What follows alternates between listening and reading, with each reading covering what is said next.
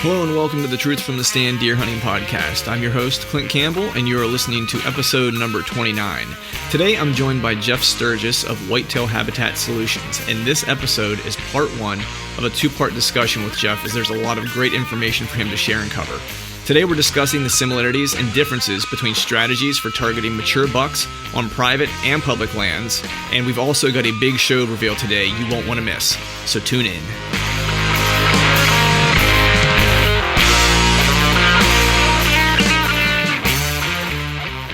All right, welcome back to another episode of the Truth from the Stand Deer Hunting Podcast. I'm your host, Clint Campbell, and today we have a big show in store for you. I'm pretty stoked for today's show. We have our guest today is Jeff Sturgis, which I'm sure a lot of you out there listening probably know who Jeff is.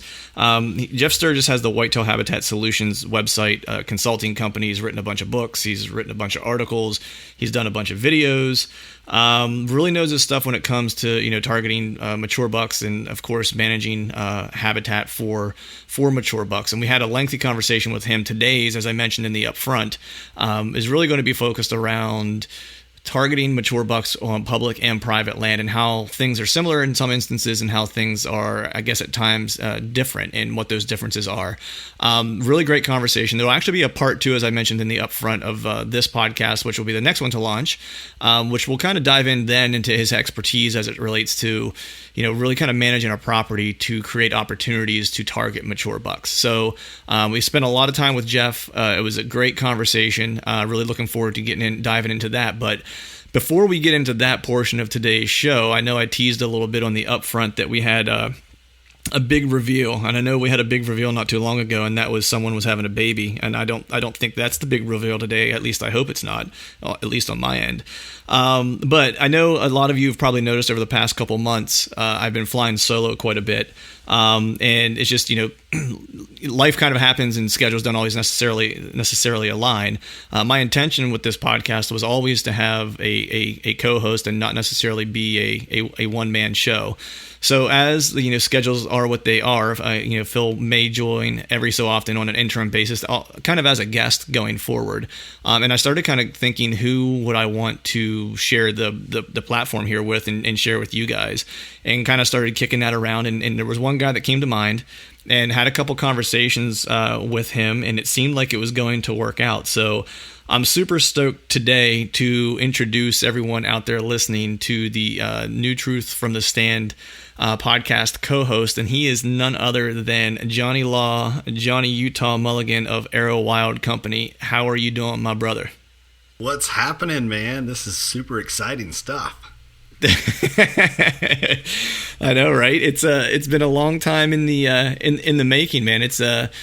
We've been kicking this around for a while, and I'm glad we were able to just kind of bring it to fruition. I think it's going to be really cool that we're able to bring some of the Arrow Wild folks into the fold of what's going on with the Truth from the Stand, and it's super exciting to bring the Truth from the Stand folks into the fold of what's going on with Arrow Wild. But for those that are listening that maybe didn't catch the podcast when you were on as a guest, just a little bit of background about you, what you're doing in the whitetail world, and so forth. Yeah. So getting a chance to meet you and started following your blogs and stuff like that, and started listening to podcasts, and I'm like, man, this is a really cool guy. And then you and I became friends. We kept talking and stuff, and this whole idea of coming together on the podcast stuff with you and co-hosting with you, it's been super exciting planning it out. I'll be honest, I was a little nervous because this is one side of technology that I knew nothing about whatsoever. But a little bit about me. I live in Southeast Iowa. I am the Wicked Tree Gear Vice President, and then I have a web show that I do with some buddies here in the area, more central Midwest area, Wisconsin, Kentucky, and Iowa. But that's kind of me in a nutshell. Live and breathe whitetails, and want to learn as much as I can from everybody every day, just like yourself, Yeah, man. I mean, it's one of those things where, definitely, when we started kind of kicking this idea around, and, I don't know, we probably talked about it for like a month, it seemed like, just at different times through text messages and phone calls and stuff. And then it was one of those things where it's just, I'm trying to figure out the right words to kind of say, but it was really looking for that person who is as weird and as passionate as I am about hunting whitetails. And I thought it was always interesting, or the possibility of bringing someone in who has a different perspective from a different region was kind of important too. We both hunt. I don't think we could get much different in terms of like the places that we're hunting, as far as Iowa being kind of the mecca of the whitetail world, and then Pennsylvania kind of being what it is, which is a great heritage hunting state, but I don't think it would ever be mistaken for a big buck state. And I'm just really glad it came together, man. And the one thing I will say is, now that you're on the other side of the mic here as a member of the Truth from the Stand podcast, or as the co-host, when you're on as a guest, we have to be nice to you, because at some point we may want you to come back on, but the gloves are off now, brother. That's right. Fully expected. Knuckle up.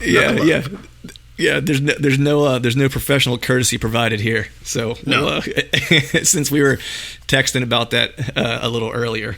Exactly. Oh boy. So one thing I do want to get into a little bit is I always like to dive into the deer work that we're each doing, man. So what I know you've been hustling on the deer front, man. Like you've been doing a lot of updates to your property. What do you got shaking out there? Oh man, you're not kidding. So last year, just a real quick background. Last year when I moved to this property, I didn't have a whole lot of time to do everything that I wanted to do. You know what I mean? But I also kind of needed that first season to learn what the deer were already doing, so I could kind of gauge my plan and as to what I was going to do on the property moving forward. So I got that first season under my belt here, identified the common travel routes and how the deer utilize my property. It's not a big property. It's 22 acres, and I'm holding on to that, that sentiment that people say, it's not all about the size of the property. As long as it's the right acreage, you're good. So I'm hoping that's true. But right. The deer in my property, I've told you before, they move north and south and north. I don't get a lot of horizontal movement on the property. So what I wanted to do was, in my house, the residence is located on the southern end of the property.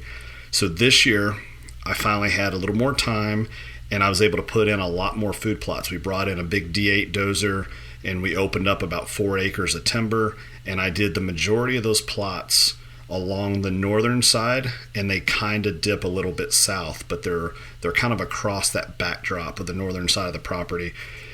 And what I'm trying to do is encourage the deer to utilize the full length of the property and hopefully stay a little longer.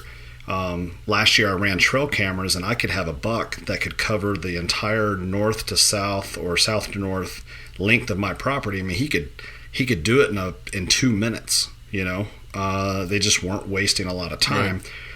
So having that food, my idea is hopefully I can get those deer to encourage them to stay a little while, take your shoes off. You know what I mean? Right. So if I can get them to stay. So I've been working on that. We got a lot of clover in this year. It did great with the rain.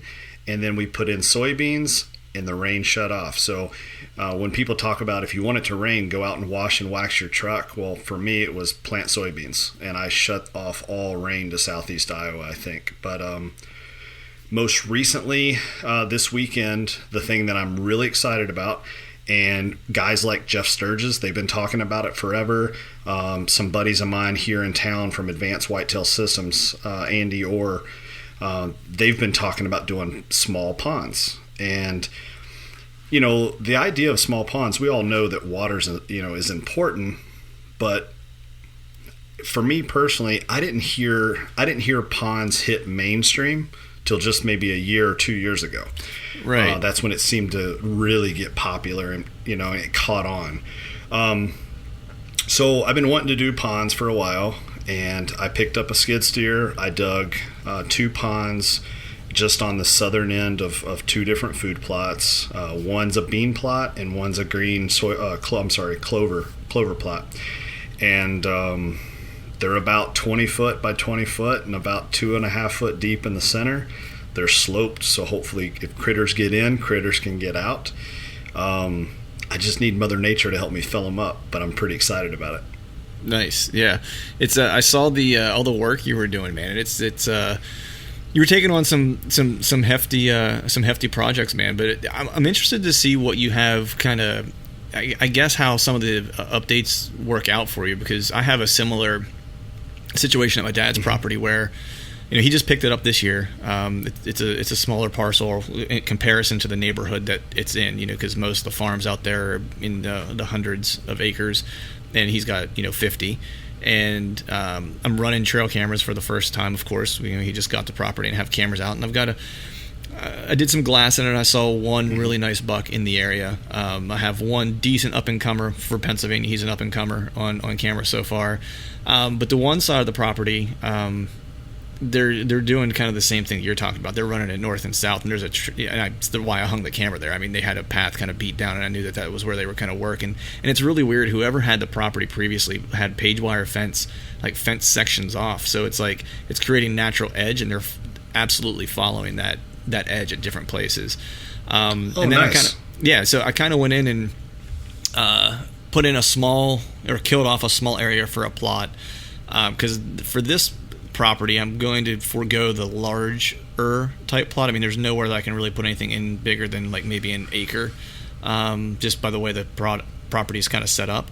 But putting in probably I don't know, somewhere between, it's a little more than a quarter acre, I guess, and less than a half acre, but snaking it along the timber edge where I see where they're crossing a fence line, and just trying to pull them in near to the timber's edge, to where I can put my dad in a tree stand and maybe get him a shot opportunity, because he lives in the Carolinas. When he drives up 7 hours, I don't want him to go and hunt and not see anything. I'll at least put him on a stand where he might be able to see some deer and have a little bit of fun. Sure. But there's a nice bedding area that I found scouting, and that was the direction that the buck was coming from. So I have a feeling that fella might be living back in that area, which is also on the opposite side of the property as to where the food is at. So it seems kind of intuitive. That's where he would be, considering that the does would be probably in the first line of bedding between right. Where the food is and where the really good bedding is.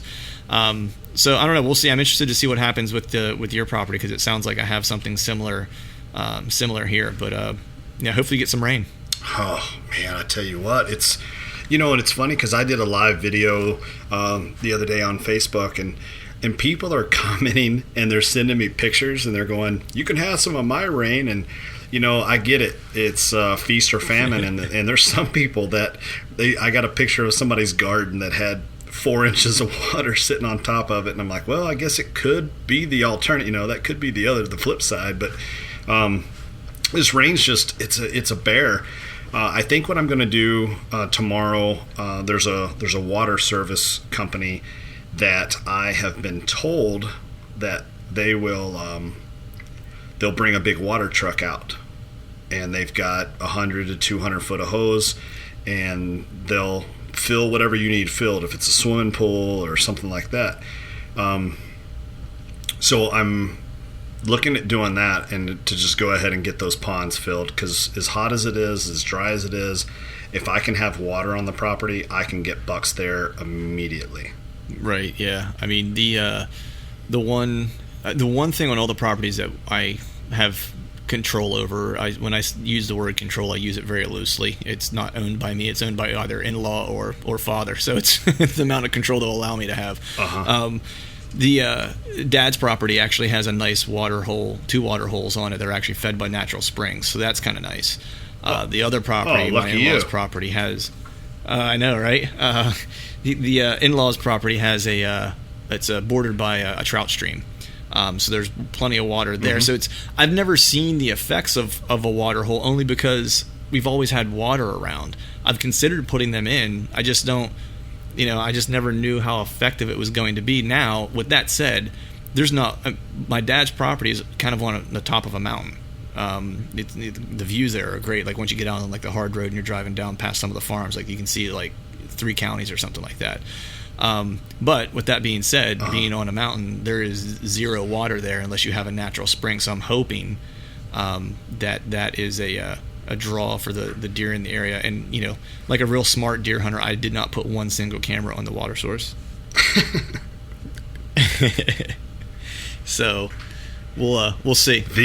And that's one of the things that we did today. We actually, I went out there with a couple of buddies, a couple of my guys on Arrow Wild, and we went out and we set some stick and picks up and got some trail cameras out on those. We already had deer hoofs prints down in the dry ponds already, and I'm sure it's just curiosity. They were coming in there to check them out, but it was neat to see that deer were already walking in dry ponds that were just put in. And we did some clover, and we did some high sugar rye around the ponds, and see if we can get some stuff growing up around there as quick as possible. But yeah, man, we get a little rain, and get the ponds going, and get these food plots growing some more. It's it's and that's the thing you and I've talked about. It's just fun. Getting to play with these guys, you know what I mean? Getting to create better food sources and try to improve do some conservation efforts and create better habitats. And obviously, let's be honest. I mean, we're hoping to push the odds in our favor for the fall. Right. Yeah. It's one of those things where my father-in-law sometimes, he doesn't enjoy some of the work he has to do down at the farm, because I think he has to, he's retired and he wants to enjoy life, and he should, he did his time, as I like to say. But for me, it's like he's when I go back, mm-hmm. and I'm always into I want to go outside, I want to hang tree stands, I want to go, spray fields, I want to go plant plots, whatever it is. And I was like, I'm cooped up inside in an office, 5 days a week. It's like when I get my chance to put my hands in the dirt, man, I just want to be outside and don't want to come back in. So that's part of the fun too, man, is just being able to be outside doing the stuff that we like to do, hanging cameras, hanging stands. You've been hanging some stands, man. I saw you had a whole pile of them out in your driveway, dude. You need like a whole army to put up those stands.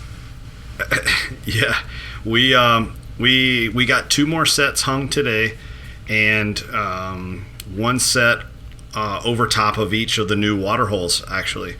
And it just so worked out that the position that I wanted to put those ponds in, I had several trees to choose from that offered plenty of cover even when the foliage drops, and it's still going to give me a nice background, and I'm not going to get silhouetted up in the tree myself, and the camera guy. And so that's what we did today, and the key was to make sure that those stands were hung in a position, and I was in a position from the hunter stand that I can shoot into those ponds. That's how much merit, I should say, I'm putting into those water sources, is that I wanted to make sure that I can shoot if there's a deer standing hooves in water, so to speak. So that was important, but we got 2 more sets up today. I've got the Missouri property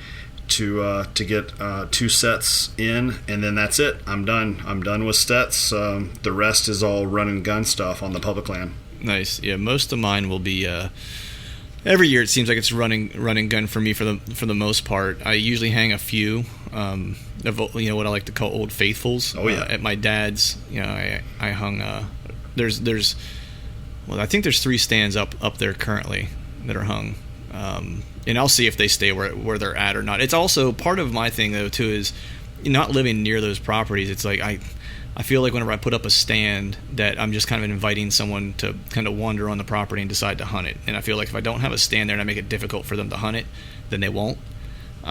So some of that's why I don't put some stands up, but I do usually put up a couple a year, and then other than that, it's the lone wolf, assault 2, and then a climber, and I just kind of go at it that way. But so I think at this point, man, it's I think we should go ahead and get Jeff dialed in here and have the conversation with Jeff.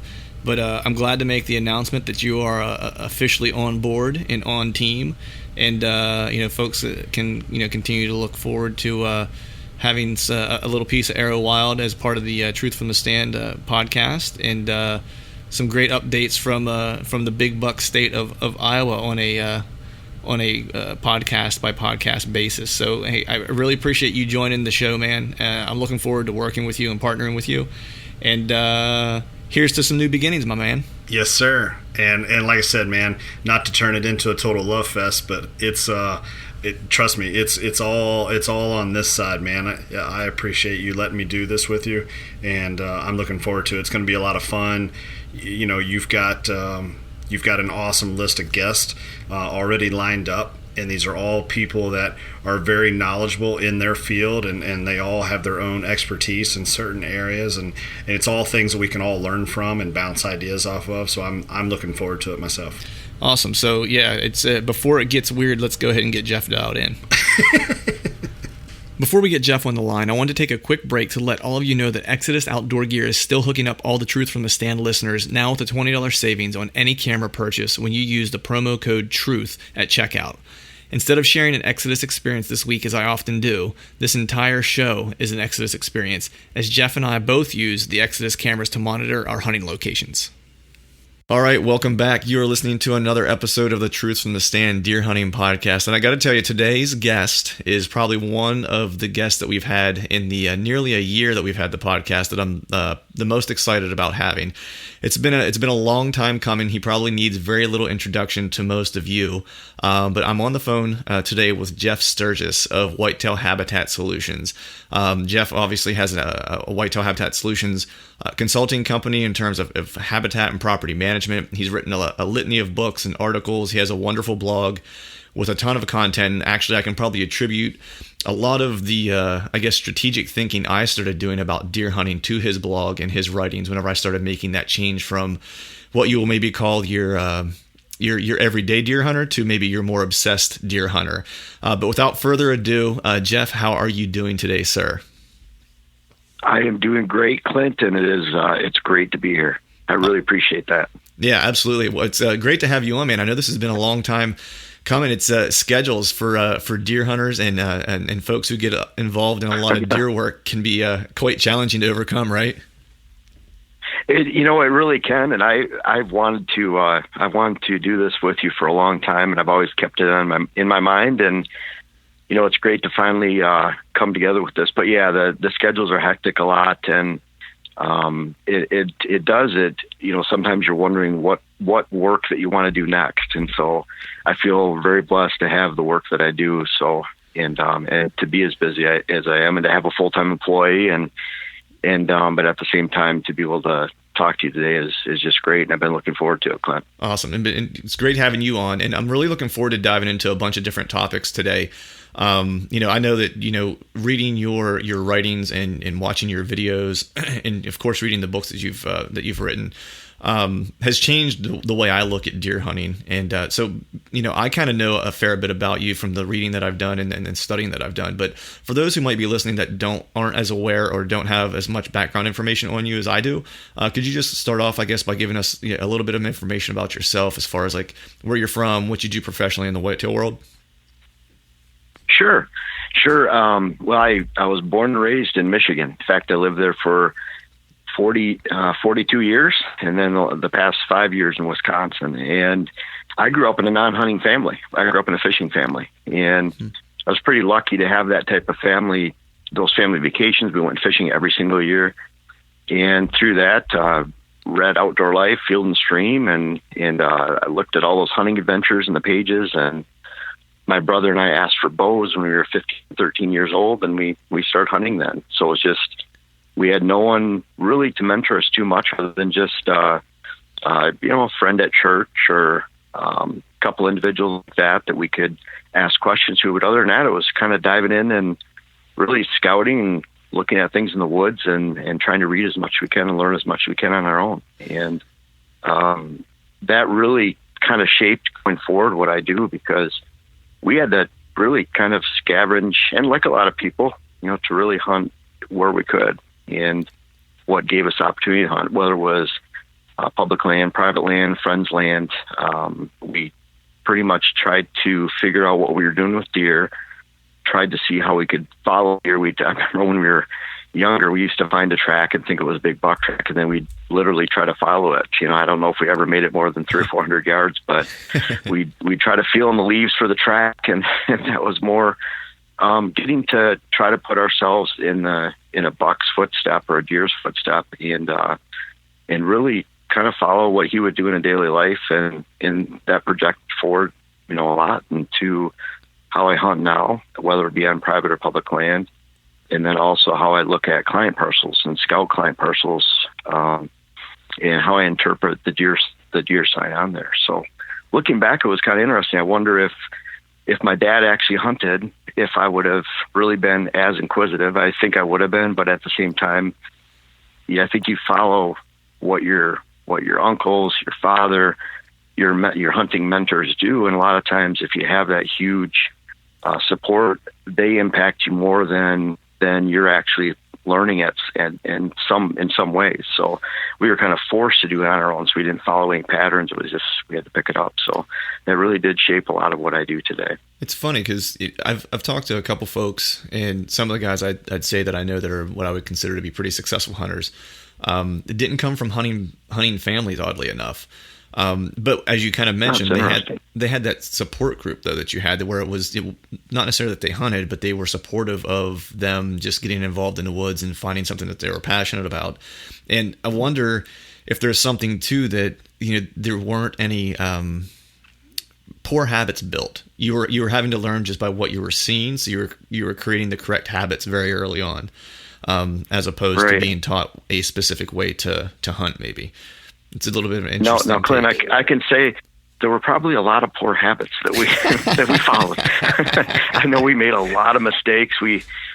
It seemed like we were, my brother and I, just doing some of the coolest things, and all of a sudden it backfire. We think we have this deer in hand, and we'd mess up pretty badly. So, but my dad, to give him a lot of credit, again, coming from the fishing family, he loved the outdoors. He would basically go stand by a tree because we were too young to hunt, and so he would stand on by a tree, and we might end up a mile away from him somewhere, but he was out there, and he'd sit in a car and wait for us. And but anyways, we had a lot of support to actually go out and do what we wanted to do. Right. So speaking of making missteps and then completely turning the page here, so I wanted to ask you, and I kind of know a little bit of the answer to this question just from following you, and then of course our mutual friends that we have with the boys from Exodus. But how was your 2016 season? Because if I'm remembering correctly, you had a pretty stellar year last year, and were able to take a couple different bucks in a couple different states, if I'm not mistaken.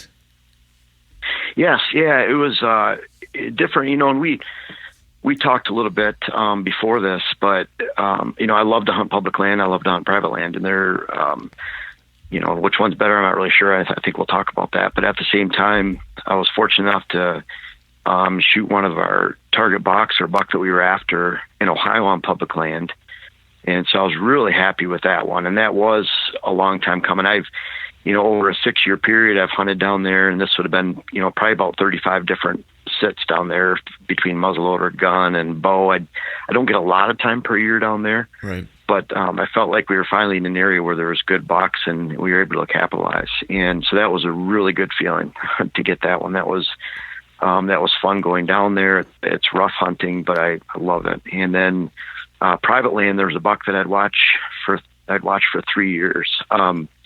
Dylan, who works with me, he named a lot of the bucks, named them together, but one he named Diego. I don't know where he got the name Diego, but that's the name we had for the buck, and so I was able to watch that for 3 years, and we thought he was a 5-year-old, and then was able to harvest him this year, and so that was another one. There's another buck, Terry, that we watched grow up here this summer. We only had 2 years of trail cam photos of him, and I was able to get that one with my gun too in Wisconsin. So those 3 bucks was a great year. And then even my son Jake, there's a buck that hadn't developed an antler on the one side for a couple of years, or it was very poorly formed. And anyways, we had named it Tommy Boy, and because it was a little goofy. Right. And Jake, I was by Jake's side when he shot that one, and so that one we figured it was a 4-year-old, and that was a great experience with Jake too. So we had a great season. My stepson Dante shot his first buck. I was by his side for that, and he shot a doe too. And so it was just all around with the boys, and then the blend of private and public land. It was a really fun season, and that's what it's about, is creating memories to last a lifetime. And especially with the kids, that's been something that's great. And I can't wait to bring the kids down to Ohio, to go on public land here pretty soon too. So. Nice. Yeah, they're getting the full experience. I had my first deer or buck encounter last year on a squirrel hunt with my daughter. Unfortunately, I didn't take my bow with me. I just had a 22 with her. She's 8. So I actually hunted that morning. I'd mentioned this story in a previous podcast, but I hunted that morning. I was up in a tree. I promised her a squirrel hunt in the afternoon, and went down to the house to grab her and took her up. And I was like, should I take my bow or shouldn't I? I was like, nah. I was like, she's not going to sit still enough for me to even get close enough, even if I do see anything. So I left it and walked up this ridge and sat down, and we weren't there. I mean, if we were there maybe 10 minutes, and I heard something coming, and I was like, that sounds like it's a little more than a squirrel. And so I couldn't see up over this little knoll, so I picked her up and put her on this log. I was like, tell me what you see. And she's like, her response was, I was like, what do you see? And she's like, I see a deer. I was like, all right. And then she turns around, she looks at me, she goes, Daddy, it's got a lot of points. Oh, no. And then how old is she? She's 8. So she shoots a bow. She shoots a compound, but of course she can't pull back enough weight yet. But she's pretty good with it. She goes on some turkey hunts with me, but that deer ended up coming 20 yards broadside in front of us and never knew that we were there. Oh. And I was just wishing that I would have had my bow, because she would have seen the whole thing unfold, and it would have been a really cool experience. I mean, she thought it was amazing anyway, because she got to see a nice buck in the woods when we were out. So, but you started talking a little bit. That's pretty cool. She'll probably remember that forever too. That's awesome. Yeah. Oh yeah, she talked about it for a couple weeks after that. Anytime she saw one of our relatives, she mentioned that she was out in the woods with me and she saw a buck hunting. So I'm hoping she gets the fever. I'm making my own little hunting buddy here, I think. Yeah, that's awesome. Yeah. So I wanted to dive into targeting specific deer, right? Because I think, let me ask it this way. At what point in your hunting career did you start targeting specific bucks, and why? Because it seems like hunters kind of exist on this continuum, or this, evolution, if you will, of kind of gaining their sea legs, if you will, in hunting, and specifically bow hunting. I think it's probably more specific. And then they start kind of changing as they start to have some wins, I guess you could say. They start to kind of look at what are the next set of challenges, and then and to me, at least it's happened to me this way, is that you start to look at like, what specific deer do I want to go after? And so I'm just curious for you, at what point in your career did that happen, where targeting bucks, specifically a specific one, really started being the thing that you were doing year after year? Well, it wasn't successfully, but in the first years that I was hunting back in 1986, 1987, 88, we started watching the fields in the Thumb area, Michigan. That was one location. And then we started hunting Pontiac Lake Recreation Area, which is in southern Michigan. And in both those areas, in Pontiac Lake, there was an 8-point. I believe he was 3.5 years old. Which to me, it was a huge buck, and we had seen him a couple times. My brother and I actually walked up on one of those where we're following the tracks. We think we're Daniel Boone or somebody. We're going to walk right up on him, and sure enough, we walked up on a big 8-point, and he stood up, and we, of course, spooked him, and he ran. But we tried hunting that buck, and here we're 16, 14 at the time, and I ended up missing him and watching him. And then when it developed where we were hunting in the private land up in the Thumb area, we'd watch the bucks all summer long. And I had never shot a buck at the time. And at that time, if I shot a buck, then I looked at it like I think I had one more tag after that. And if I shot something small, then my season was over. And I really loved to hunt. And so I don't know if it was necessarily that we were targeting specific bucks and holding out for that buck, or we just didn't want to shoot something early and end our season.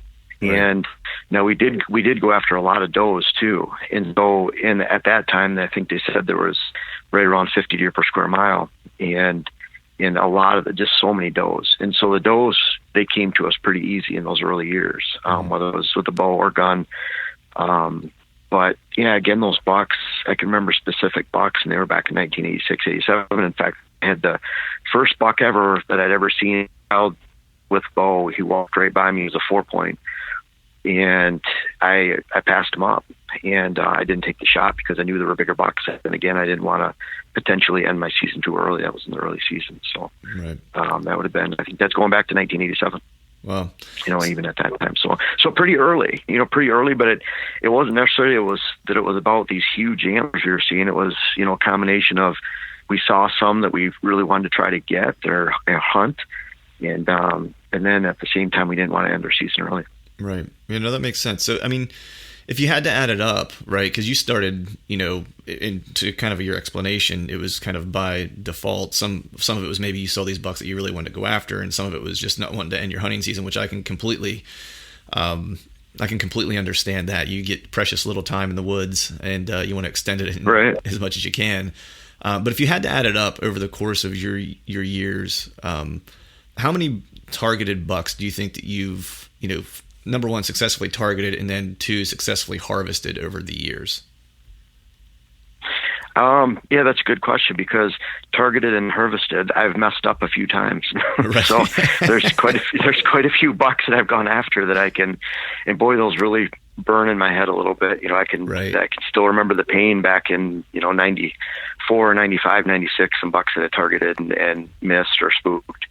But I would say it's right around 35 that I've harvested, and we could add another, at least 7 or 8 that I've messed up on. That, right. On top of that list, and out of that list, I would say, 6 or 7 were on public land, maybe 8, and then the rest were on private land in different states. Nice. So I know you mentioned at the top a couple of times that you're hunting a combination of private and public, and even you just kind of mentioned that where you had, some of your targeted bucks that have been successful harvests were on public land, and some of them were on private. So I kind of wanted to walk through your process of hunting a specific buck on each type of parcel, so private versus public land, and talk about the similarities that you've seen over the course of the years that you've been doing this. And then, of course, the differences that you've kind of encountered, because I hunt a combination of both, as I'm going to assume. A lot of folks out there listening have either a small parcel and some public land that they like to get onto, even if they're hunting public land on poor hunting days, if you will, just to have a location to go sit. But right. I wanted to start with this question, and I'll give credit where credit is due. And I don't know if he was the genesis of it, but our mutual friend there, Matt Klein from Exodus, posted this on his Facebook page, and I thought it was an intriguing question. Oh, yeah. And I might be jumping the gun here a little bit, but I wanted to ask, I guess the question basically was this: if you're targeting a public land buck or a private land buck, and you harvest either one of them, is one or the other more rewarding, and do we feel as if it's harder to take a targeted deer on public land? I have kind of my opinion on it, but I'd love to hear your kind of thoughts on it, and considering you're the subject matter expert here, I'd really like to get your thoughts. Well, it's really a tough question, and I say that because it's almost like if you define an answer that this one's more rewarding than this one, or this one's more, and I'm not, it's not that we're looking at like one's more valuable than the other. Right. Or one's harder, it's diminishing the other. Right. And, I can look at my own bucks. I've shot, roughly 25 bucks on public land and then a lot more on private land. The difference between those bucks is that a lot smaller percentage of the public lands were actually targeted bucks, and then a lot higher, real high percentage of the private land bucks were targeted bucks, that I specifically went after.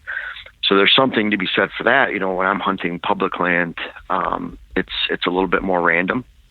You're putting yourself in a position to harvest a mature buck or harvest a buck, especially in the younger years.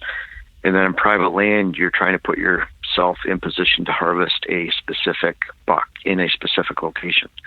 And as far as one being more rewarding than the other, it's really hard because I can think back to bucks on public land like the one last year in Ohio, one up in Michigan on public land a few years ago. And boy, those bucks it was such an incredible feeling to harvest them. But then I can think of bucks that were 3 or 4 years in the making on private land, where you watch these bucks grow. You almost felt like you got to know their personality a little bit. And then you finally get a chance to harvest on public land where I hunt. I usually have very few other hunters that I see anywhere near me. I don't hunt public land if there's a lot of people. And in every state I've been to, I can't tell you the number of private land parcels that I've gone to in Michigan, Ohio, Wisconsin, Minnesota, that back up to public land. So that you have this small private chunk and it backs up to public land. And these people tell me they see no one on the public land. So there are areas all over in every state that you can find that you can get back and have a little slice of heaven all to yourself. And a lot of times it's several hundred acres or more, right, where you just don't have a really high chance of seeing another hunter. And so in that way, you kind of have a place to yourself. So if you figure out a buck or a movement pattern, you can capitalize on it and not have a lot of interference with other people. Where on private land, you might have 25 people. And I've counted them up down in Wisconsin. I think we have between 20 and 25 guys that will be hunters. It'll be within 3/4 of a mile to mile, surrounding us. So right, you're really competing with a lot of people, sometimes right up on your border. And I hunt 40-acre parcels in Wisconsin. I have 3 of them that I hunt. So nice. I know that's not a very definitive answer, but right, it's really, if you've immersed yourself in both the public and the private land hunting, and, I feel like I'm getting older too sometimes, but I think I have over 30 years hunting, and almost every year I hunt private and public land out of all those years. And again, say one is more valuable than the others, kind of diminishing the other almost. And right, I'm not really sure, to be honest. I love it all, and they do offer their unique patterns, that each one is good for, whether it's private or public land. Right. I think you hit the nail on the head there where you said each one offers a unique challenge, right? For me, it comes down to experience, I guess, is where my answer kind of starts. And the experiences for either are kind of unique unto themselves. So I don't have a hard time, similar to you, of putting value on one versus the other. I think you could have the debate, probably more successfully if you defined what harder or more rewarding meant. And for me, if you're defining harder, it's like I took a nice buck in Ohio on public ground last year, and that was a really rewarding experience because, if I defined harder as the amount of, effort, like physical effort that had to go into it, and work, I guess you would say, because I didn't know anything about the land. I spent a day speed scouting it. Spent some time scouting it whenever I got there. The terrain was rugged. I was packing with, a stand on my back and my bag. And so it was physically demanding. So it was super rewarding to go somewhere that I had no prior experience with and was able to put the puzzle pieces together pretty quickly and make it happen. That was a nice buck, by the way. Oh, thanks. Yeah. That was a nice buck, by the way. Yeah. Very rewarding. But at the same time, there's this one that I've been watching on our family farm, which, it's in Pennsylvania. So, I know from the work that you do, you kind of understand where Pennsylvania is in terms of, or most of the state of Pennsylvania in terms of quality of deer. It's not known as a big buck state. But there's a deer that I've kind of named Lucky for this year because I had a picture of him 2 years ago as a 2-year-old 6-point. And he showed up again last year, and he was a 7-point last year, but way wider and way taller. And I have a couple of trail camera pictures of him from last year, and then I had 2 on the hoof sightings of him. And I named him Lucky because he was just out of bow range during late season whenever I saw him. And for that reason he was lucky, as he otherwise might have met some carbon express arrow at that evening. Yeah. But he's a deer that I've watched for 2 years, and I have him on camera again here this spring/summer. And it looks like he's sticking around, and he's going to be a nice deer for our farm this year. I think he's probably 4. Won't be the size of the one that I got in Ohio, but the fact that he's been on the farm that I've done food plot and habitat work on, and watched him kind of grow up, and the fact that he made it to 4 years old in the area that we hunt in PA with our family farm, which is extremely high pressure, similar to what you would face in most of the areas in Michigan, I assume. Would make it extremely rewarding because, one, he made it through to be hunted for over 2 years, and for number 2, just the fact that I have some data on him and could kind of follow him and was able to play that chess match with him to where I think I know where he beds now. I think I know how he gets to and from bed.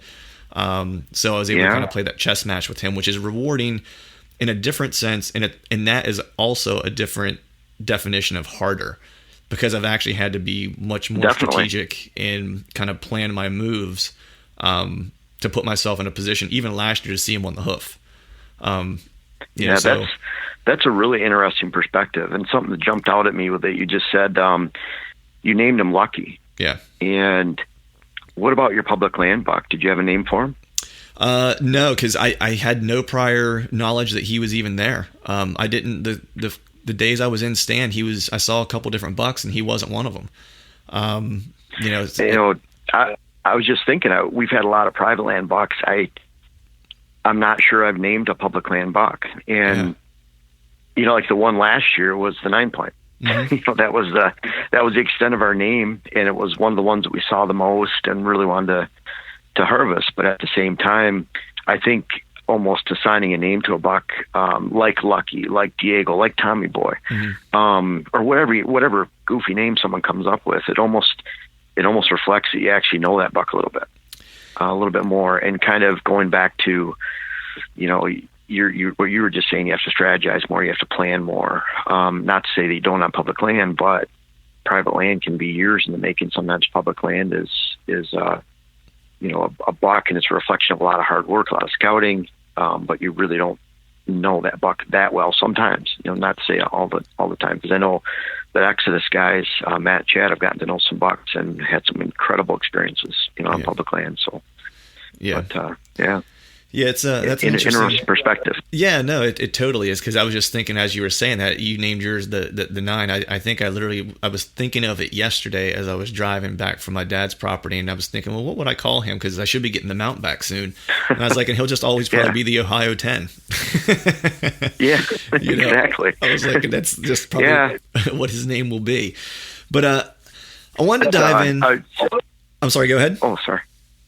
I was just going to say, I actually hunted around the Bradford area on the Allegheny Reservoir for 17 years, public land out in Pennsylvania. So I have some really strong roots to Pennsylvania hunting, and that was my first out-of-state hunt. And actually I hunted Indiana in the late 80s, but 93 in Pennsylvania. Mm-hmm. But I hope to get back there someday, because I really loved hunting those hills there. Yeah, there's beautiful country. It is beautiful country, especially once you get out toward the western part of the state, you can get into some thumpers as you would, as you get closer to Ohio. There's actually, I live in near the Philadelphia area, and I was actually at the range the other day. I was talking to a guy, had trail camera pictures in the suburbs of 140 to 160 inch deer. One was a double drop tine from last year. He's seen him twice glassing so far. It's just hard to hunt them because the parcels are so small and you can't get access, because everyone has an acre here, 3 acres there, 5 acres. So you got to kind of pick little nooks and crannies of county owned land, like watershed land that you can maybe get in on or whatever, to hunt them. But they just get age on them out there because they don't get hunted. I couldn't believe the bucks that he was showing me. It looked like he had camera pictures from Ohio or Illinois, for that matter. That's awesome. That's really cool. So I've basically had stressful nights of looking at some maps online, trying to figonna how I'm gonna get on some land. Well, I know that's what's tough though, gaining permission, because I know we have Oakland County and Lower Michigan, and Oakland County is just a known hotbed for mature bucks and giant bucks, and it's amazing. A lot of them get hit by the cars, on the road, or people see them every day on their way to work, but try to get into that little 10-acre private patch that they live on during the daytime hours and hunt them, and it's nearly impossible. But they grow some giant ones, and I'm sure it's real similar to those suburbs of Philadelphia. Yeah, so hopefully, stay tuned. I'll see if I can't get on one here this year, or find some land. Oh, that'd be fun. But so I wanted to, as we were talking about public versus private there, which one's more rewarding. I think that's a nice segue into kind of the first major topic that I wanted to talk through and discuss with you, and that's really kind of going after targeted deer on public and private land, and how it's similar and how it's different. So if I'm talking to Jeff, and let's say deer season just ended. And it's, maybe it's late December or the beginning of January, maybe muzzleloaders coming in or whatever the case might be. But by and large, a lot of the hunting is over, and you really start to kind of shift your focus toward what might be coming up for the following year. When do you exactly start making your plan for targeting a specific buck, and how is it different, the beginning stages, for how you approach private versus public? Before Jeff shares how he begins to make his plans for targeting a specific buck, let's take a quick break to hear this week's Whitetail Institute Food Plot Tip of the Week. I know when I was deciding between perennial and annual plots, I had a big question I had was, how long could I expect a perennial plot to last? This week, John shares how long you can expect a perennial plot to thrive and tips for helping it thrive. All right, how long will the perennials last? It's a good question. Depends on a number of factors. In a vacuum, imperial whitetail clover, it can last, we say, 3 to 5 years. I have heard of people, there's a guy I know who did a test once just to see how long he could nurse it along until it was just dead, and I think he made it 11 years. Now that was not a good food plot. He just wanted to see how long he could make that stuff survive. So for having good, robust performance, 5 years with imperial whitetail clover or other perennials should be the norm. It depends on certain things, such as making sure you choose the perennial forage product that's designed for the soil type and slope and equipment accessibility of that particular site. The product selector on our website up at the header up at whitetailinstitute.com will lead you through that process and identify the best ones for you for each one of your sites. The most important thing is before you plant, make sure soil pH is 6.5 or higher. Do a laboratory soil test. Get your lime in the ground. It's the most important thing you can do, and it can make the difference between the best food plots you ever saw and total failure. It's that important. Also address the fertility. Fertility is the nutrients in the soil. Lab soil tests will tell you exactly how much lime and fertilizer you have to add, and that way you're sure you get everything you need, and you don't spend a dime buying anything you don't need. Now, once you get everything done, the seed bed's ready, and you plant according to instructions. In order to get full life out of it, you need to do a little maintenance on the perennials. It's like a car. Changing the oil isn't hard. It's not expensive, but you got to do it, because if you don't, it's not going to last. Well, the equivalent of that with food plots, the big one is grass. If you don't control grass in a perennial food plot, it'll take it over. And that makes sense, because if the food plot could outcompete native grasses, it would be invasive. So, you can understand why. If you plant a perennial out there and you don't spray for grass, you're going to lose the plot early. It's going to impact its quality and its life. And that, folks, is a Whitetail Institute Food Plot Tip of the Week. And if you'd like to learn which Whitetail Institute products might be right for you, head over to whitetailinstitute.com to check out their product selector tool to help you determine which forage will work best for your food plot needs. Now let's get back to the show. It's, public land is so different because you're looking for opportunity. And so I look at the deer move the same. They relate to hunters the same. They relate to each other, and they relate to food. They relate to bedding, all the same, whether it's on private or public land. On public land, those relationships are often over a much larger and broader area. And so, I often tell my clients that, public land in a way is sometimes easier, only because if you compare that to private land, heavily strategized and worked on and improved private land is a lot of work. Mm-hmm. And where on public land, it's a lot of boot work. Mm-hmm. It's a lot of looking at aerial photos and looking at topo maps and really, where should a buck move? Why would he move here? I'm looking for habitat changes. I love hunting clear cuts, marshes, big open hardwood edges where they have an edge against a swamp,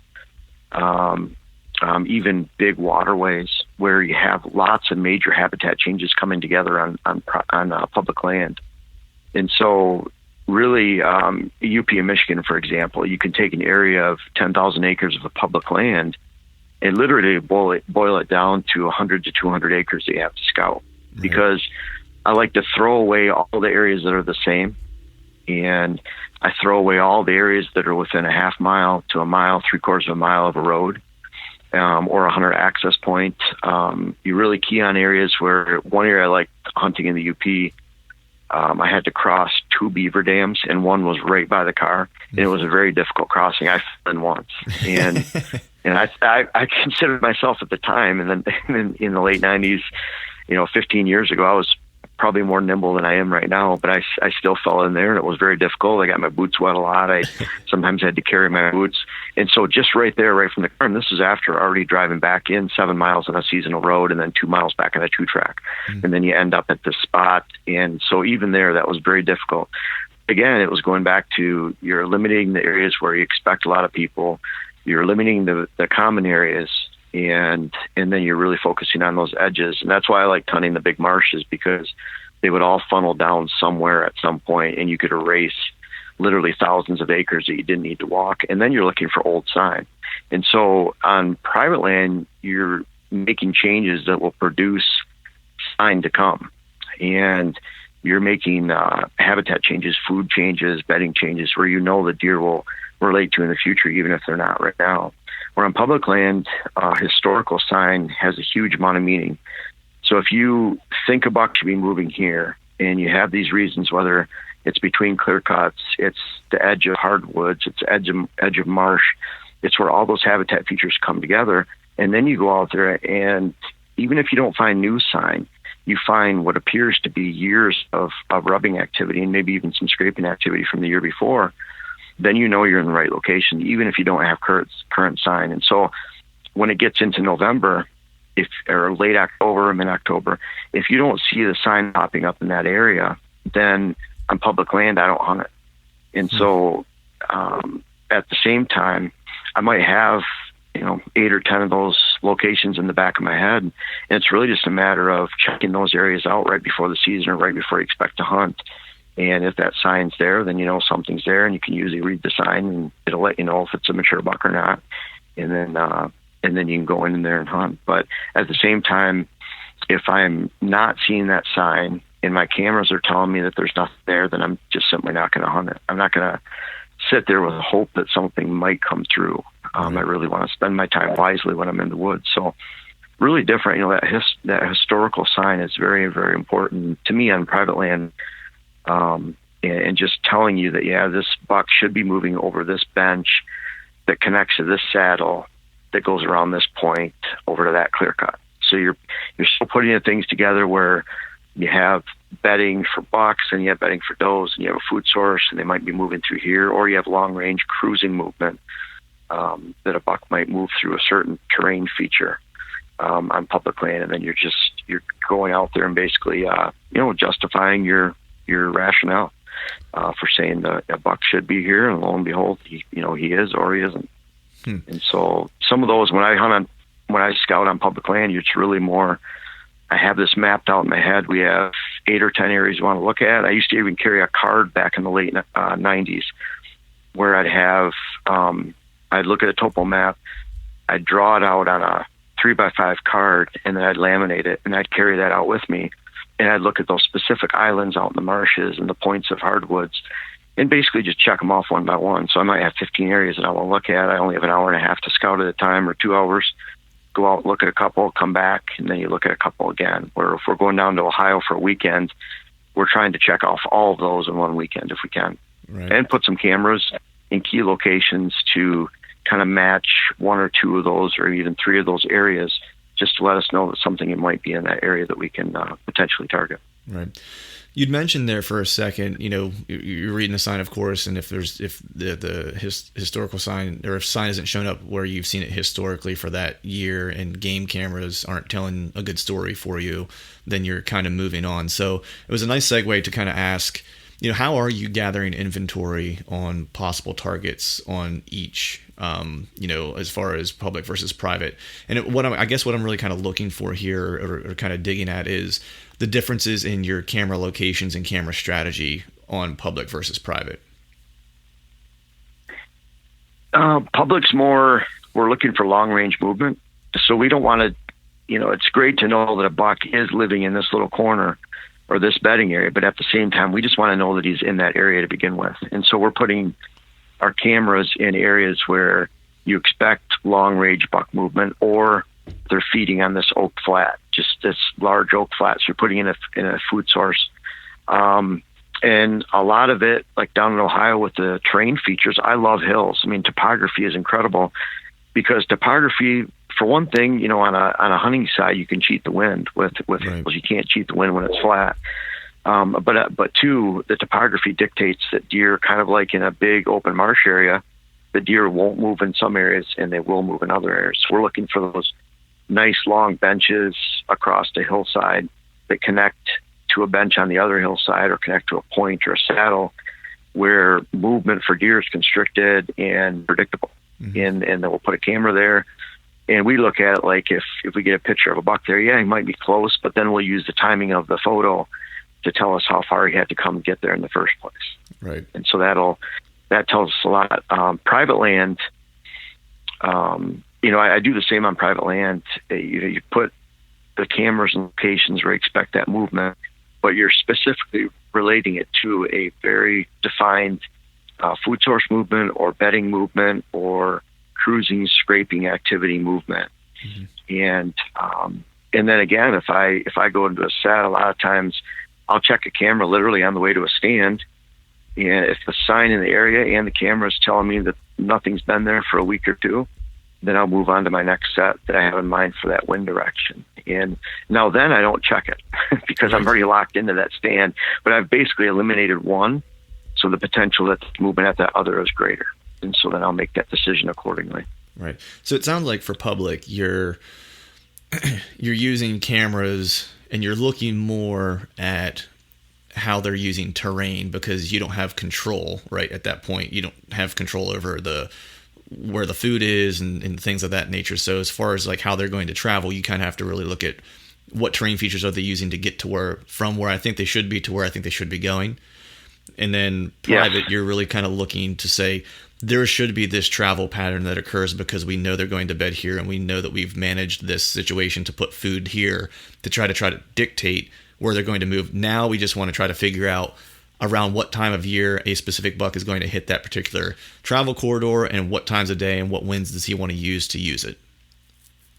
Right. And with public land, I know some of the guys that hunt public land exclusively, they're looking at it more like I look at private land, right, where they're looking at a specific buck. And I would say Matt Klein, Chad Sylvester, the Exodus guys, they're looking at it a lot like that. Those guys are really pinpointing a particular buck that they know extremely well, and they have a lot of cameras out.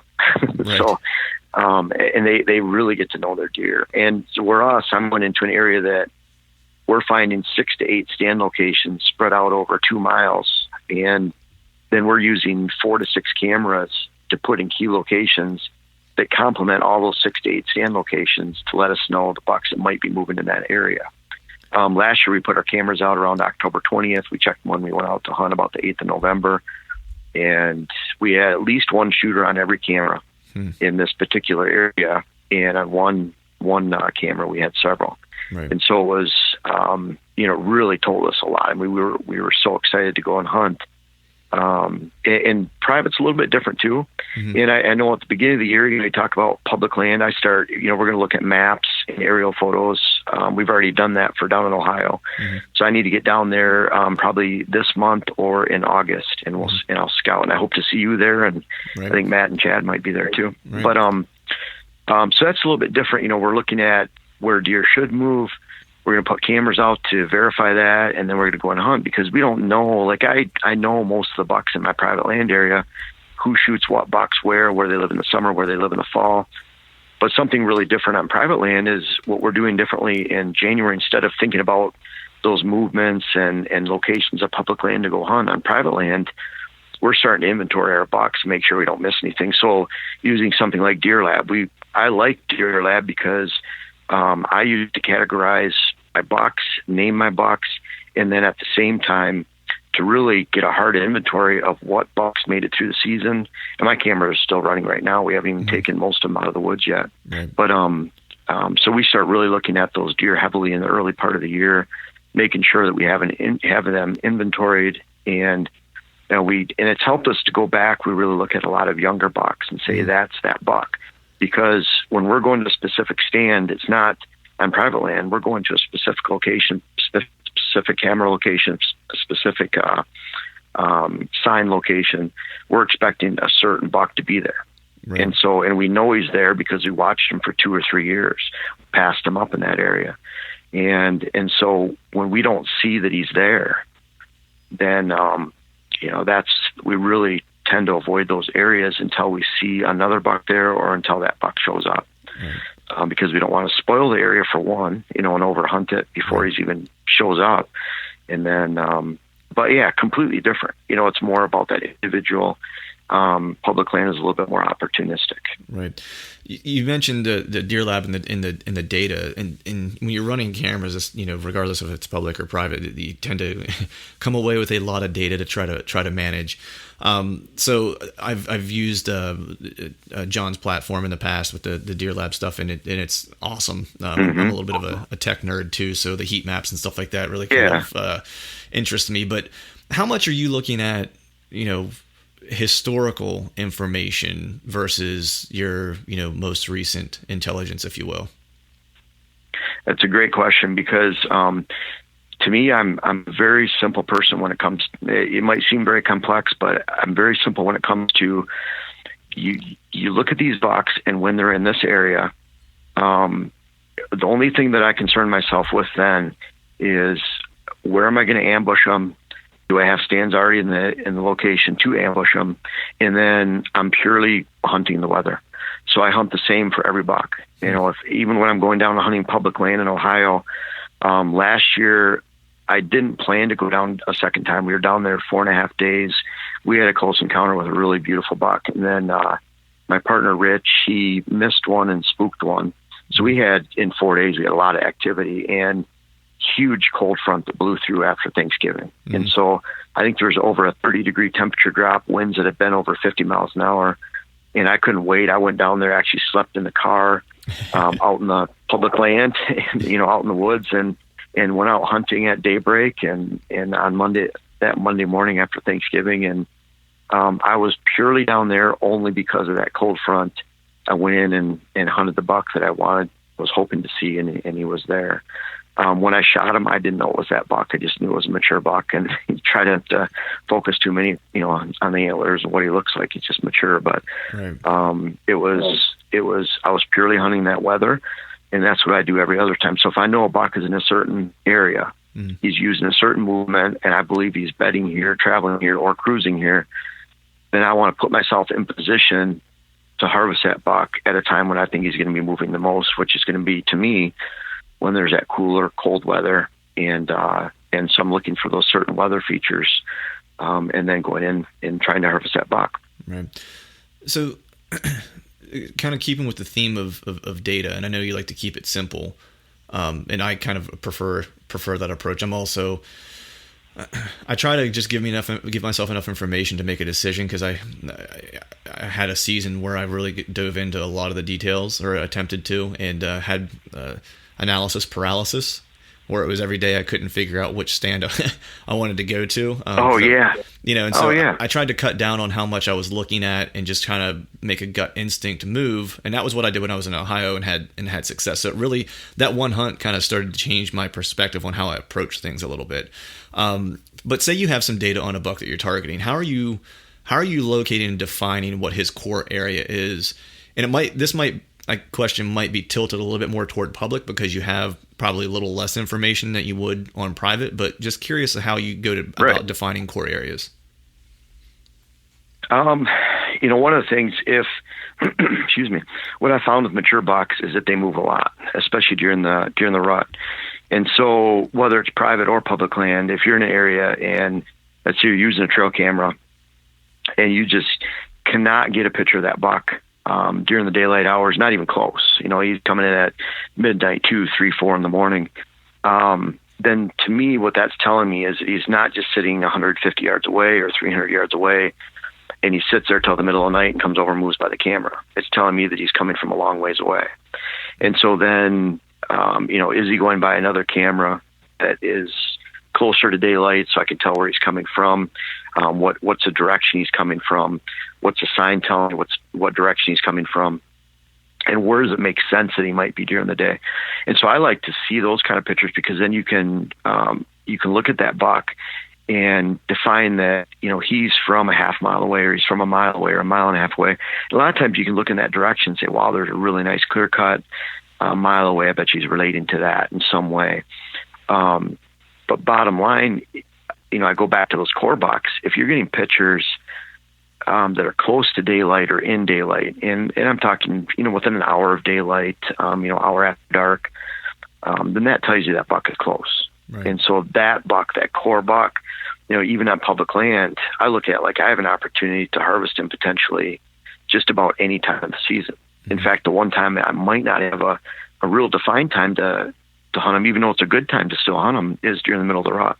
Right. Because is he now a half mile away or a mile away in someone else's or area where he's been telling them, he might, and that's what happens too. A lot of those non-core bucks, you might get 1 or 2 pictures in October, even 3 or 4. They're all middle of the night, maybe 1 or 2 in September.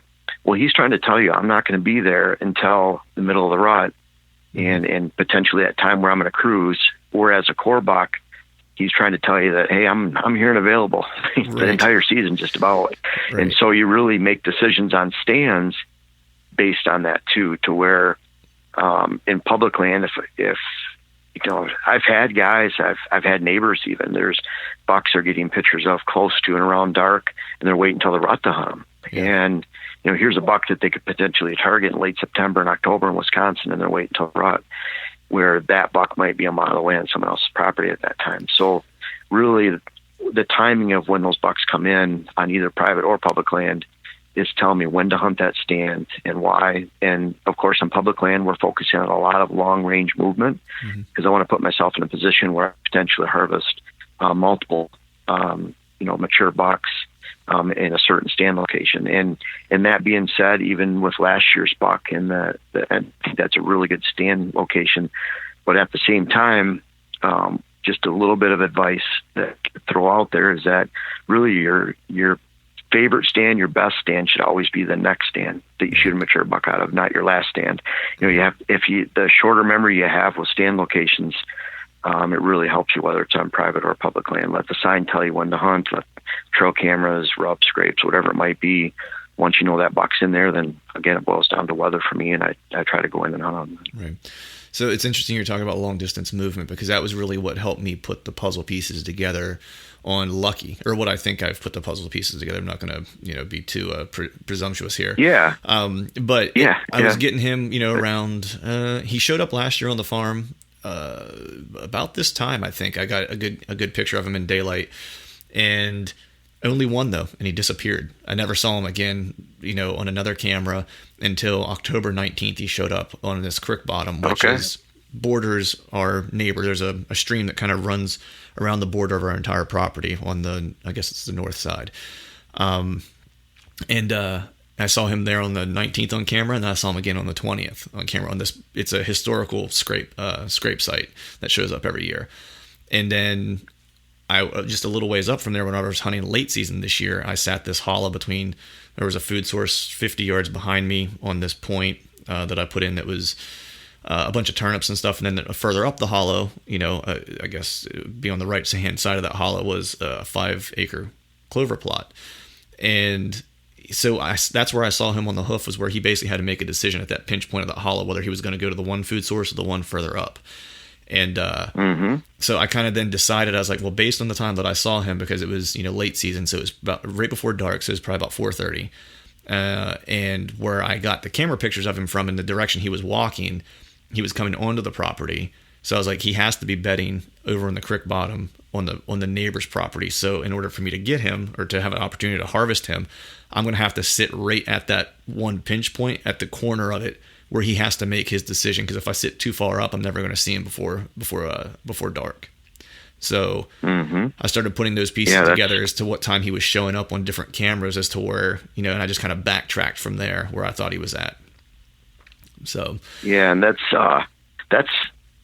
and to me that's a lot of fun. Yeah, because you're analyzing when he's coming in, and And, again, it goes back to, like, obviously he's not trying to tell you, but he is. He's telling you, I've hunted bucks that have given me 5 cam photos over a 2 to 3 year period. And it's not that they're coming in at a certain date, they're coming in at a certain phase. Mm-hmm. And so they're non-core bucks coming in the center of the rut, and basically you have a chance to shoot those bucks during the peak of the rut, or maybe opening day gun season, maybe even possibly over late season food source. Mm-hmm. But it doesn't take a lot of trail cam photos to tell you that this is not a buck that I should be hunting in late September and early October, mid-October.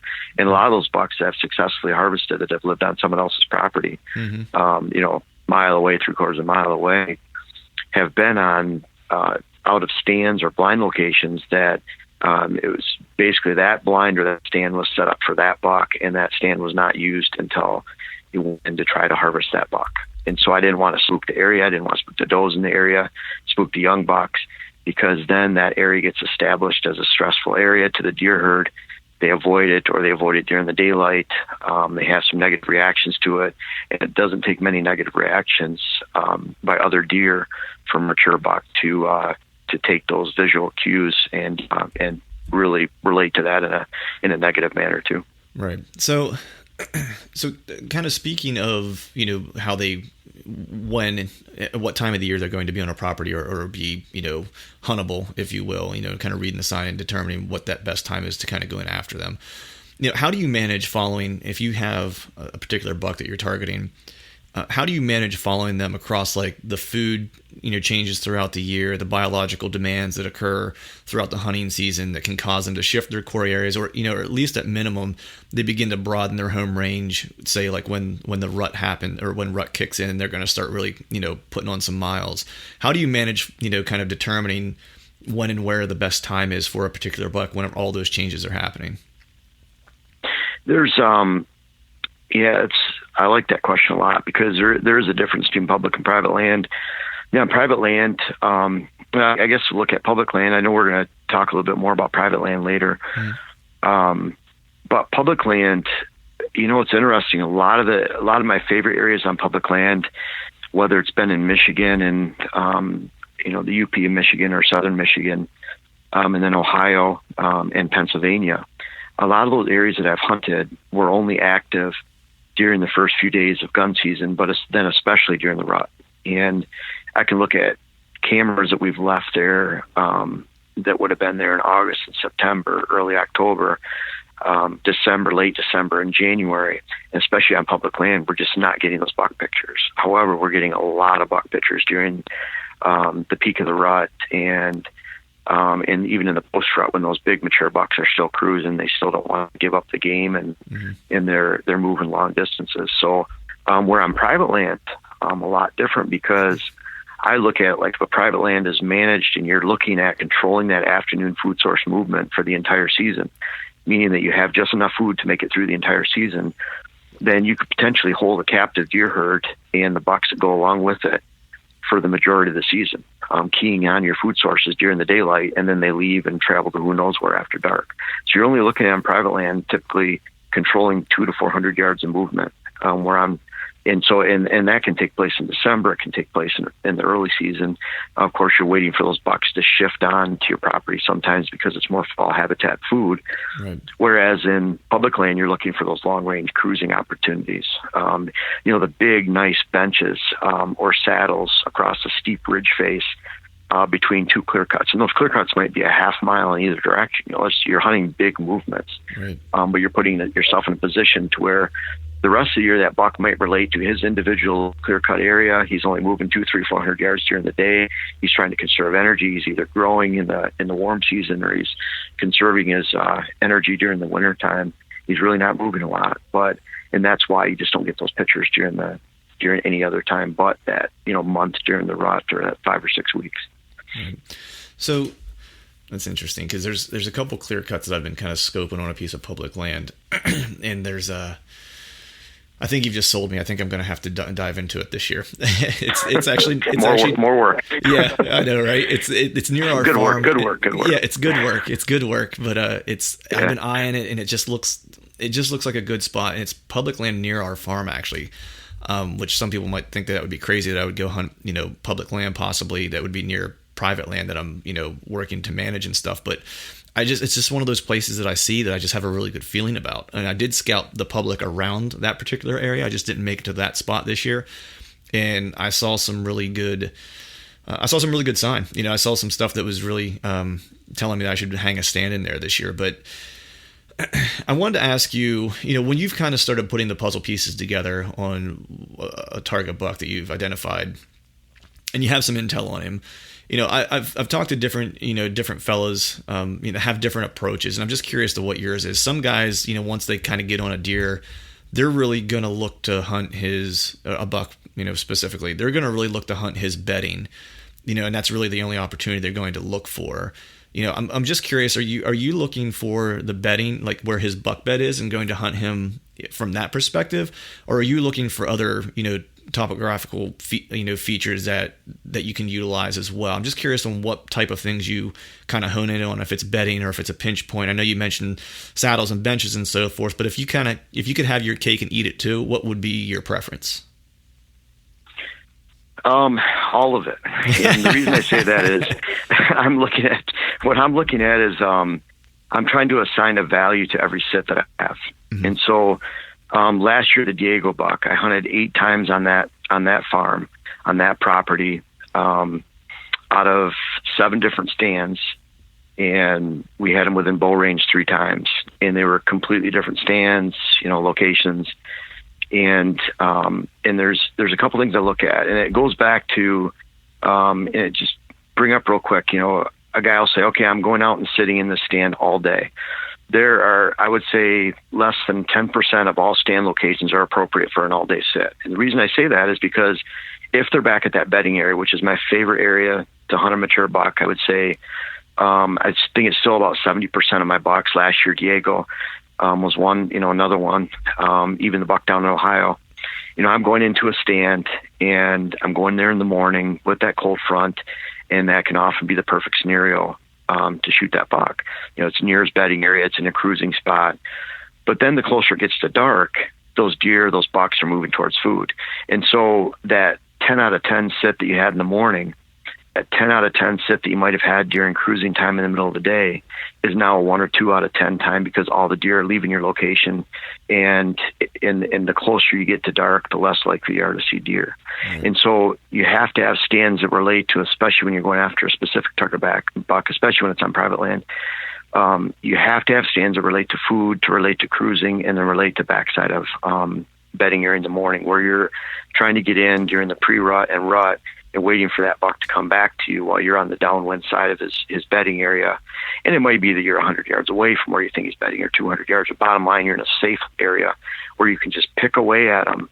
And whether you're picking away at him in the morning or cruising time during the midday, or that evening stand on his way to food, you're taking safe, educated approaches where you think he's moving in this pattern, and you're either hunting him on the backside of a bedding area in the morning, you're hunting him in a food source movement in the evening, and then hopefully that backside of bedding area or the evening food source relates to some type of cruising, so that you can actually, have that 3 value day where you can look at, I hunted a 10 out of 10, for the 3 portions of the day. So you get a 30 out of 30 or 28 out of 30. And I literally look at it that way. I look at it like I'm sitting in this stand, and it's getting closer to dark, and this is a 1 out of 10. I'm not going to see anything in this last half hour, 45 minutes. Right. And that frustrates me. I don't want to put myself in that position, because I've already decided that because of the weather and the factors that I look for, that's a 7, 8, or 9, or 10 out of 10 day because of the weather. So I've already waited for this opportunity to come. I don't want to waste my values per sit, and whether it's, those 3 locations. So my favorite is, I think the bucks, they move a lot more in the morning than they do in the afternoon. I think it relates to colder temperatures, but at the same time, I put a high priority on those morning stands, but I shot some nice bucks in the evening too. Mm-hmm. And so you always have to have, all those options open. And then, again, going back to what's your favorite stand to shoot out of, or your opportunity to harvest a buck. And I look at it like it's the next stand that I potentially get lucky and have them go by. All right. So when you say morning sits, are you are you referring to mornings in October? Because I know a lot of guys just don't get into a stand in the morning, during October until you hit maybe that last week of October. Do you follow that same rule of thumb, or are you more basing it on what you're seeing? There's a much lower probability that you're going to see a buck in the early season in the morning. But at the same time, those first few days of the season where a buck is potentially going back to a certain location to bed, a certain point, a certain bedding area, and you have stands available, and you have that cool, crisp morning where you think that you might not be there when you show up and when you want to get in that morning. And I'm thinking areas that might be a quarter mile back off an ag field right. where the deer's been feeding out there every night. He's got a long ways to get back to that location. And I think there's some opportunities there. And I've harvested some bucks, around the early part of the season, October 12th, in that time frame. But at the same time, I still look at that evening sit during the early season, mid-October, the October lull, those October cold fronts, and even into December too, when you're looking at muzzleloader time and late bow. There's such a premium to place on evening sits. I'm not going to potentially sit any morning sit that relates to the movement I'm watching a specific buck in that might impact or negatively influence the evening premium sit for that same buck, that same movement. So if I can go to a property and I think, this makes sense that a buck might be moving here during the morning, then I'll go take that opportunity, but not if it's going to erase out or cancel out an evening set that has a higher value assigned to it. Right. So do you hunt more aggressively, would you say, when you're hunting public land versus private land, or do you typically take the same, a similar, I guess, measured approach to both? I would say I'm hunting more aggressively on public land just for the fact that our stand locations are limited. Mm-hmm. We have, instead of having potentially, 21 or 24 stands and 3 properties that each have their own good time of the year, and depending on the buck that's around there, we might have 6 or 8 stand locations that we're keying on, and we're seeing that 3 are really hot, and I have a potential to hunt those more continuous, on public land, to where we're just looking for long range cruisers, and if we didn't spook them already, then there's a good chance of seeing them or another buck that might come through those same circumstances and same set of conditions. So in that way, I would say a lot more aggressive. But still, I'm trying to place, scent control is tough on public land. And where we hunt in the hills in Wisconsin, there's areas that it takes me 50 minutes to get to a stand on a private land 40. Wow. So you're going up the side of one ridge, you're going up 400 feet in elevation, and then you're going over a quarter mile. And it's a long ways in. Our average walk in is probably about 25 minutes, 20 minutes, somewhere around there. Mm-hmm. But so scent is always concerned. But to me, whether it's on public land or private land, your best defense against scent is actually your stand location. Mm-hmm. So once you get into your stand location, if you're allowing your scent to blow into open hardwoods, a marsh, a steep cliff, then your scent is effectively covered up. No matter how much you stink or sweat it up to get in there. Right. So that being said, we still try to control our scent. We spray down our legs, everything to get in there. Yeah, but using a stand more would be, a lot more aggressive on public land. Yeah, I know. It's the sweat factor is a hard one to combat. It's I know people have gotten a pretty good shock in the morning driving down the road, seeing me stand in the back of my truck half naked, getting dressed to try to keep for my scent control. You and I both. Yeah, and it's I'm walking in basically just base layers, all the way in, trying to it's then I'm carrying more stuff. It's always the inner battle is always how much do I want to carry versus how much do I want to wear, and how much can I get away with. That's where wearing some good stuff, good layering clothes, the stuff Sitka's making and stuff like that really does a number in terms of being able to. It's incredible. Yeah, being able to layer up appropriately to try to minimize that as much as possible. But all right, folks, that is a wrap for today's show. I want to thank Jeff for joining us, and be sure to head over to whitetailhabitatsolutions.com or follow him on Instagram and Facebook. And just check out all the content he and his team are creating. They're doing a great job of creating blog posts and a ton of video content on his site. I'll place all the links in the blog post show notes for all of his digital properties. Also, be sure to check out the upcoming episode 30, as that episode will be the part 2 of this podcast, where Jeff will be covering what type of habitat and land management strategies you can possibly implement on property that you either own or that you lease or that you have access to for growing and targeting mature bucks. Also, want to make sure to thank all of you for hanging out with us today for an hour plus, and be sure to hit the iTunes subscribe button so you don't miss any of the great upcoming guests that we have. And if you haven't already, give us a like and follow along on our daily whitetail journey on the Truth from the Stand Instagram and Facebook pages. And if you'd like to get involved in the show and have us or a guest answer your questions, or if you'd just like to recommend a topic for us to discuss, email me your suggestions at truthfromthestand@gmail.com, or click the email button on our Instagram account and leave us a message. We'd love to hear from you. And finally, I need to give a big shout out to our partners that continue to make this podcast possible: Whitetail Institute of North America, Exodus Outdoor Gear, and Lone Wolf Portable Tree Stands. And until next time, we'll see y'all.